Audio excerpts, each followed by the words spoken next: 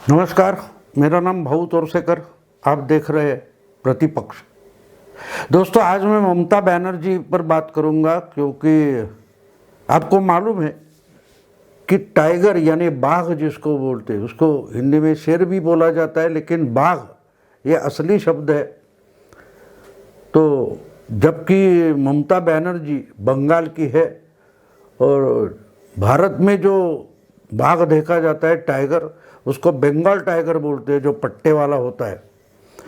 तो एक बात राजनीति में साफ है कि तीसरी बार विधानसभा जीतने के बाद ममता बनर्जी शेरनी जैसी, बाघिन जैसी सामने आ गई है और वो बंगाल छोड़कर पूरे देश में अपना दबदबा बनाने की कोशिश में लगी हुई है। चुनाव जीतने के बाद और तीसरी बार मुख्यमंत्री होने के बाद उन्होंने देश के अलग अलग प्रदेश के जो विरोधी नेता है, लीडर्स है, रीजनल पार्टी के नेता है, उनसे संपर्क किया और उनको बताया कि मैं दिल्ली आ रही हूँ और 2024 के लोकसभा चुनाव में बीजेपी और मोदी जी को परास्त करने की कोशिश हमें करनी है, एकजुट से करनी है, पूरी ताकत लगाकर करनी है। और इसके लिए अभी से तैयारियां 3 साल पहले तैयारियां शुरू करेंगे। और वो आई थी और उन्होंने मीटिंग की, सब नेताओं से मीटिंग की। अब उस मीटिंग में कौन आया कौन नहीं आया उसकी चर्चा तो 1 महीने पहले हो चुकी है। बात एक है कि सब पार्टियों को इकट्ठा करना ये कोई नई बात नहीं है, देश में ये बार बार हुआ है। और 2004 में तो सोनिया जी ने ये काम किया था और सब पार्टियों को साथ लेकर वाजपेयी की जो गवर्नमेंट थी, एनडीए की गवर्नमेंट थी, उनको हराया था। और 10 साल के लिए फिर से कांग्रेस सत्ता में आई थी। हाँ, कांग्रेस को मेजॉरिटी नहीं थी, बहुमत नहीं मिला था, लेकिन हर बार बीजेपी आएगी ये डर दिखाकर सोनिया जी ने और कांग्रेस ने 10 साल के लिए सत्ता हथियाई थी। और उसके बाद आज भी जो विरोधी दल पंगु हो चुके हैं, दुबले हो चुके हैं, उसमें से सवर नहीं पा रहे।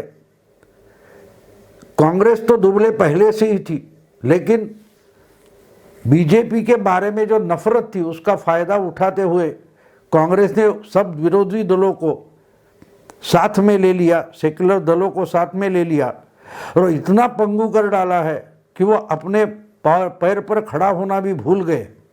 इसलिए जब जब बिगर बीजेपी पार्टियों की एकजुट बोला जाता है, तब तब ये बोला जाता है कि भाई कांग्रेस के सिवा तो ये नहीं हो सकता। अब सब विरोधी दल मिलकर जब कांग्रेस के खिलाफ लड़ते थे, उस वक्त तो कांग्रेस इनके साथ नहीं थी, फिर भी एकजुट होती थी, अलायंस बनती थी, फ्रंट बनती थी। तो आज क्या जरूरत है? आज वही विरोधी दल है, बहुत सारे रीजनल पार्टियां है, उनको गठबंधन बनाने के लिए कांग्रेस की क्या जरूरत है? बहुत सारे राज्य ऐसे कि जहां रीजनल पार्टी बहुत स्ट्रांग है और ऐसे कम से कम 10 पार्टियां निकलेगी कि जो कांग्रेस से भी अपने अपने प्रदेश में स्ट्रांग है, तगड़े है, तो वो इकट्ठा आकर कुछ कर सकते हैं। वैसे देखिए तो 1996 में एक रीजनल पार्टियों की फ्रंट बनी थी, उसके कन्वेनर चंद्रबाबू नायडू थे और उस फ्रंट ने नेशनल फ्रंट जो बनाई थी देवेगौड़ा वगैरह लोगों ने, उनका सपोर्ट किया था। तो इसलिए मैंने बोला कि अगर अपोजिशन का कोई बड़ा गठबंधन बनाना है तो उसके लिए कांग्रेस की जरूरत नहीं है। उस वक्त भी कांग्रेस इनके साथ नहीं थी और ये तो बीजेपी के खिलाफ लड़ रहे थे, लेकिन तगड़े थे। और आज की तुलना में कांग्रेस भी उस वक्त बहुत बड़ी ताकतवर पार्टी थी। नरसिंह राव जिस अध्यक्ष थे तो 140 सीटें थी लोकसभा में, फिर भी कांग्रेस को अलग रखकर चंद्रबाबू नायडू हो या बाकी पॉलिटिकल पार्टीज हो, उन्होंने इकट्ठा आकर गठबंधन बनाया था, सेंट्रल में गवर्नमेंट बनाया था। वो चला नहीं, वो बात अलग है, क्योंकि वो फिर कांग्रेस के सपोर्ट से बना था और कुछ समय के बाद हराया गया। लेकिन फिर से चंद्रबाबू ने जिस ढंग से कोशिश की थी, शायद उसी ढंग से ममता बनर्जी कोशिश कर रही है, और ममता बनर्जी जो कोशिश कर रही है उसमें कुछ अलग बात है। अलग बात इसलिए है कि जो जीत कर आए उनकी फ्रंट नहीं ममता जो पार्टियां जीत कर आई है रिजल्ट के बाद की फ्रंट नहीं बना रही है, वो तो चुनाव के पहले की फ्रंट बनाना चाहती है। लेकिन उन्होंने कांग्रेस को रूल आउट नहीं किया है, लेकिन कांग्रेस को साथ भी नहीं लेना चाहती, और उन्होंने अपना काम शुरू कर दिया है। और बाकी की सब पार्टियां मानती है कि भाई ममता अगर आगे आ जाए तो कुछ हो सकता है। कांग्रेस और सोनिया गांधी या राहुल गांधी मिलकर अब यूपीए जैसी अपोजिशन की फ्रंट नहीं बना सकते, ये तो हर पार्टी मानने लगी है, सिर्फ वो काम में नहीं ला रही। लेकिन ममता उस ढंग से काम कर रही है, और इसमें सब पार्टियों को इकट्ठा लाना, महागठबंधन या गठजोड़ करना, ये एक बात है। लेकिन दूसरी बात यह है कि उसमें कांग्रेस को मेन रोल नहीं होगा, महत्वपूर्ण भूमिका कांग्रेस को नहीं रहेगी, ये भी ममता ने तय किया है। और कुछ दिन पहले उनके एक सांसद है सुदीप बंदोपाध्याय, उन्होंने उनकी पार्टी का जो एक मुखपत्र है जागो बांग्ला, उसमें एक आर्टिकल लिखा था, और उसमें कहा था कि अगर बीजेपी के खिलाफ, मोदी के खिलाफ लीडरशिप का चेहरा कोई है तो वो ममता बनर्जी है, राहुल गांधी नहीं है। 10-15 साल से हम देख रहे हैं कि राहुल गांधी कांग्रेस का नेतृत्व करना चाहते हैं, लेकिन उनमें वो क्षमता नहीं है। राहुल गांधी अगर आगे लीडर बनकर आए तो अपोजिशन की यूनिटी, गठजोड़ नहीं बनेगा।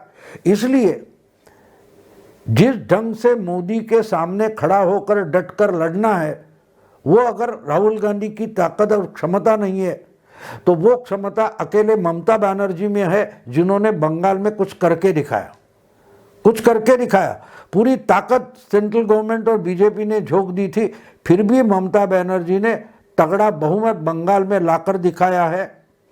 तो पूरे देश में अगर महागठबंधन बनाना है, यूपीए जैसा गठबंधन बनाना है, तो इस टाइम उसका नेतृत्व ममता बनर्जी को करना पड़ेगा। और वही एक नेता है जो मोदी के सामने डटकर खड़ी रहेगी और लड़ेगी। और एक ये तो भूमिका हो गई, एक नैरेटिव बन गया, लेकिन उस पर काम करने के बजाय ममता बनर्जी कुछ अलग से अपने दांवपेच खेल रही है। यानी खुद को सिर्फ बंगाल की नेता मानने से अब ममता बनर्जी हट गई है, और वो पूरे देश की नेता बनना चाहती है। और पूरे देश की नेता बनना है तो कम से कम और कुछ राज्यों में, 10-12 राज्य नहीं तो कम से कम 4-5 राज्यों में ममता बनर्जी को अपनी पार्टी का विस्तार करना पड़ेगा। अच्छा, अभी देखो, महाराष्ट्र है, गुजरात है, या उत्तर प्रदेश है, बिहार है, इनमें तो ममता बनर्जी अगले 4 साल में अपना विस्तार नहीं कर सकती। हाँ, उनको अगर अपना ऑल इंडिया पार्टी करके रिकग्निशन भी चाहिए तो कम से कम 4 राज्यों में रीजनल पार्टी बन के दिखाना पड़ेगा। यानी 4 राज्यों में, एक तो बंगाल में उनकी ताकत है, और उसके पहले मेरा ख्याल है त्रिपुरा में थी, तो इन 2 राज्यों में तो उनको मान्यता है। लेकिन कम से कम 4 राज्यों में रिकॉग्नाइज रीजनल पार्टी होना पड़ता है, तब जाके आप नेशनल पार्टी घोषित होते हो। जैसे कि आपको मालूम है कि एनसीपी है, महाराष्ट्र छोड़कर एनसीपी है का, लेकिन केरल में थोड़े से वोट है, गोवा में थोड़े से वोट है, और कहीं गुजरात में थोड़े से वोट है। तो 4 राज्यों में कम से कम रिकॉग्निशन आता है तो पवार की पार्टी भी, एनसीपी भी नेशनल पार्टी बन जाती है। जैसे कि मायावती की बहुजन समाज पार्टी है, वो 4 राज्यों में कम से कम वोट जो चाहिए रिकॉग्निशन के लिए वो लाती है, और ऑल इंडिया पार्टी बनी है। ताकत में देखो तो यूपी में भी समाजवादी पार्टी से बसपा की ताकत कम है, वोट्स कम है, फिर भी समाजवादी पार्टी रीजनल है, और मायावती की पार्टी ऑल इंडिया पार्टी माना जाता है, नेशनल पार्टी माना जाता है। तो इसलिए ममता ने वो प्रयास शुरू कर दिए कि कम से कम खुद को ऑल इंडिया, उनका नाम तो ऑल इंडिया तृणमूल कांग्रेस है, लेकिन ममता बनर्जी ने पिछले कुछ 2 महीनों में एक कोशिश शुरू कर दी है कि वो कम से कम छोटे छोटे 4 राज्यों में, 3 राज्यों में, बंगाल छोड़कर खुद को रीजनल पार्टी करके रिकॉग्निशन लाए और उसके बलबूते पर नेशनल पार्टी घोषित हो जाए। और उन्होंने टारगेट किया जो है वो गोवा और त्रिपुरा है। त्रिपुरा में हमने अभी अभी देखा उनके भतीजे या भांजे अभिषेक बैनर्जी है, वो गए थे, वहाँ की सरकार ने उन पर कुछ रोक लगाई थी, कुछ भी हुआ, लेकिन वहाँ उन्होंने अपना विस्तार शुरू कर दिया। उनके एजेंट बनकर प्रशांत किशोर ने पिछले हफ्ते गोवा में मुक्काम लगाया था, तंबू लगाया था, और गोवा के कौन से नेता तृणमूल में ममता के साथ आते हैं उसकी वो ढूंढने की कोशिश की है। और मैंने जो सुना है कि गोवा के जो फ्रस्ट्रेटेड, वैफल्यग्रस्त, निराश कांग्रेसी नेता है, उनको पटाने की कोशिश प्रशांत किशोर ने की है। मतलब ये है कि अगला चुनाव जो 6 महीने में होने वाला है गोवा में, वहाँ ममता बनर्जी अपनी पार्टी के कुछ उम्मीदवार, प्रत्याशी खड़े करने वाली है, लड़ाने वाली है। तो त्रिपुरा और गोवा ये ममता बनर्जी का असली टारगेट है, लेकिन वो भी असली टारगेट हम नहीं मान सकते क्योंकि उनका टारगेट जो है वो कांग्रेस है। त्रिपुरा हो या गोवा हो, दोनों जगह ममता बनर्जी ये कोशिश कर रही है कि कांग्रेस के जो निराश, फ्रस्ट्रेटेड, हताश कार्यकर्ता, नेता है, उनको उनका भरोसा अपने ही लीडरशिप से, यानी राहुल गांधी, गांधी परिवार, ये लीडरशिप से जिनका भरोसा उठ गया है, ऐसे अलग अलग राज्यों में जो कांग्रेस नेता है वो बड़े नहीं हो गए, लेकिन उनको इकट्ठा करके वहाँ तृणमूल कांग्रेस का विस्तार करना, ये काम ममता बनर्जी ने शुरू कर दिया है। एक तो बात हमने उस वक्त ही सुनी थी 1 महीने पहले कि हर 2 महीने में ममता बनर्जी दिल्ली में आएगी और बहुत सारे विरोधी दल है उनके साथ सलाह मशवरा करेगी, मीटिंग करेगी।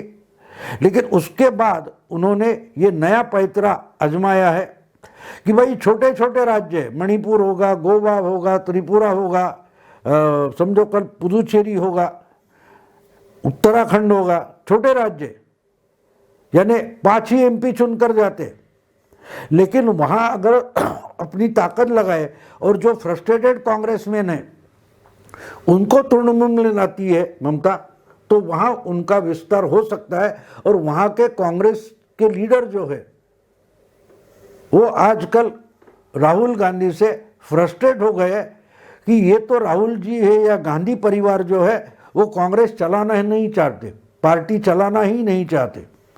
तो अगर कांग्रेस कोई भवितव्य नहीं है, भविष्य नहीं है, फ्यूचर नहीं है, तो हमारे लिए अभी क्या फ्यूचर बचता है? तो जो पार्टी फ्यूचर के लिए, भविष्य के लिए सोचती है, क्यों न उसके साथ चला जाए। बहुत सारे लोग जो वहाँ की पार्टी अच्छी होगी, फिर जगन रेड्डी की पार्टी होगी या चंद्रशेखर राव की पार्टी होगी, उसमें चले जाते, या तो बीजेपी में चले जाते, या तो आम आदमी पार्टी में चले जाते। हमने देखा पिछले 2 महीने पहले, 3 महीने पहले जो गुजरात में ये स्थानीय इकाई का चुनाव हुआ था, उसमें राजकोट और सूरत में आम आदमी पार्टी को अच्छे वोट मिले थे और आम आदमी पार्टी वहाँ अपना विस्तार कर रही है।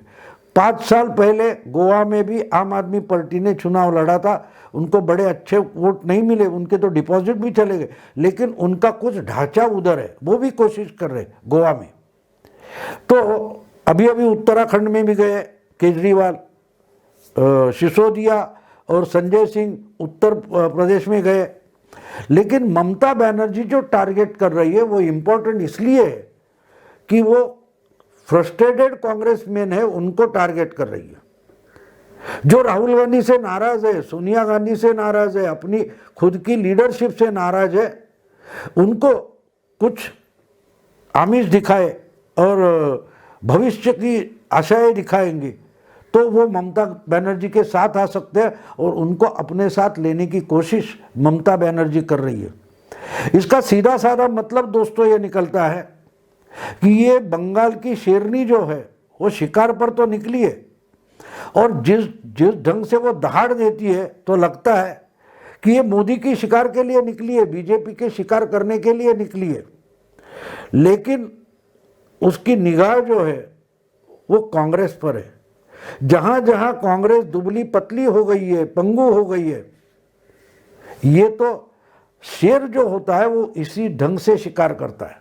आपने वो डिस्कवरी या जियो नेट जियो चैनल देखे होंगे तो जो 3-4 लोग शेरनियाँ होती है वो शिकार करने निकलती है तो बड़ा जत्था हिरणों का वगैरह वगैरह दौड़ता है, भागता है, तो उसमें वो नज़र डालती है इसमें सबसे दुबला कौन है, सबसे दुबला कौन है, तो वो ज़्यादा दौड़ नहीं पाएगा और उसकी शिकार आसान है।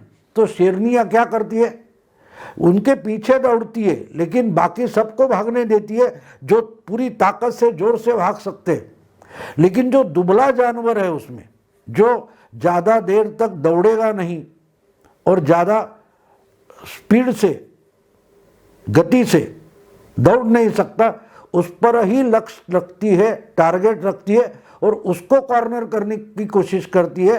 बिल्कुल ये बंगाल की शेरनी जो है वो शिकार को निकली है तो वो बता नहीं रही है कि टारगेट क्या है, लेकिन टारगेट कांग्रेस है और बीजेपी के सामने दहाड़ देती रहती है, अपोजिशन यूनिटी वगैरह बोलेगी, लेकिन उनका असली लक्ष्य जो है वो कांग्रेस है। जहाँ जहाँ और राज्यों में मिले वहाँ कांग्रेस की शिकार करो, कांग्रेसियों को तोड़ो, अपनी पार्टी में ले लो, अपने पार्टी का विस्तार उस जगह पर करो, उस राज्यों में करो। और उन्होंने जो इजी टारगेट है यानी छोटे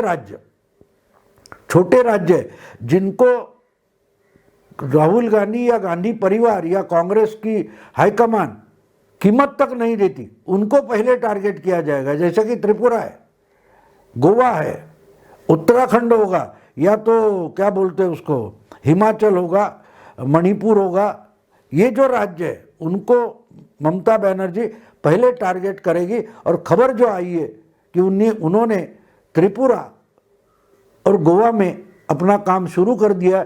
शायद प्रशांत